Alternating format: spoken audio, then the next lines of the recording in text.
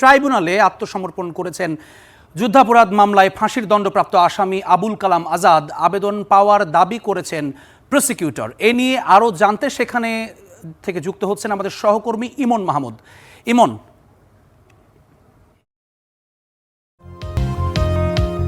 একাত্তরের মানবতাবিরোধী অপরাধ মামলার মৃত্যুদণ্ডপ্রাপ্ত আসামি মাওলানা আবুল কালাম আজাদ তিনি আত্মসমর্পণের আবেদন নিয়ে এসেছিলেন ট্রাইব্যুনালে এবং প্রসিকিউশন জানিয়েছে তারা তার আত্মসমর্পণের আবেদনটি পেয়েছেন এবং মূলত একাত্তরের মানবতাবিরোধী অপরাধের মোট 8টি অভিযোগ আনা হয়েছিল তার বিরুদ্ধে এবং তার বিরুদ্ধে যে বিচার কার্য সেটি শুরু হয়েছিল 2011 সালে। তিনি এই মামলার বিচারের শুরু থেকেই পলাতক ছিলেন এবং পরে যখন 2013 সালে এই রায়টি হয় সেখানে তিনি মৃত্যুদণ্ড পান এবং তার বিরুদ্ধে যে 8টি অভিযোগ আনা হয়েছিল এই 8টি অভিযোগের মধ্যে 4টি অভিযোগে তার মৃত্যুদণ্ড দেওয়া হয়, 3টি অভিযোগে তিনি যাবজ্জীবন কারাদণ্ড পান এবং একটি অভিযোগ তৎকালীন প্রসিকিউশন প্রমাণ করতে ব্যর্থ হয়, তার ওই অভিযোগটি খারিজ হয়।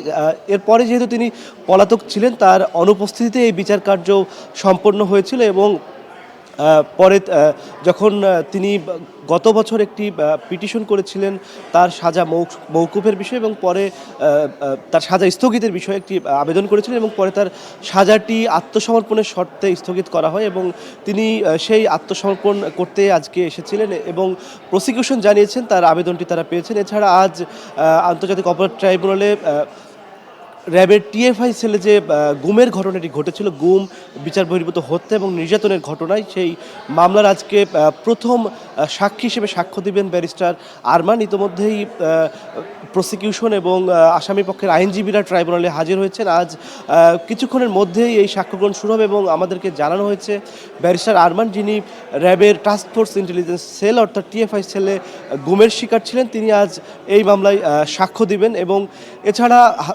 জাসদ সভাপতি হাসানুল হক ইনুর বিরুদ্ধে কুষ্টিয়াতে মানবতাবিরোধী অপরাধ এবং দেশব্যাপী 24 জুলাই গণ অভ্যুত্থানে যে মানবতাবিরোধী কর্মকাণ্ড সংগঠিত হয়েছিল সেই মামলার মূলত আজ তার বিরুদ্ধে আজকে তদন্তকারী কর্মকর্তার জবানবন্দি নেওয়া হচ্ছে। এটি সম্ভবত এই মামলার শেষ সাক্ষ্য হতে যাচ্ছে।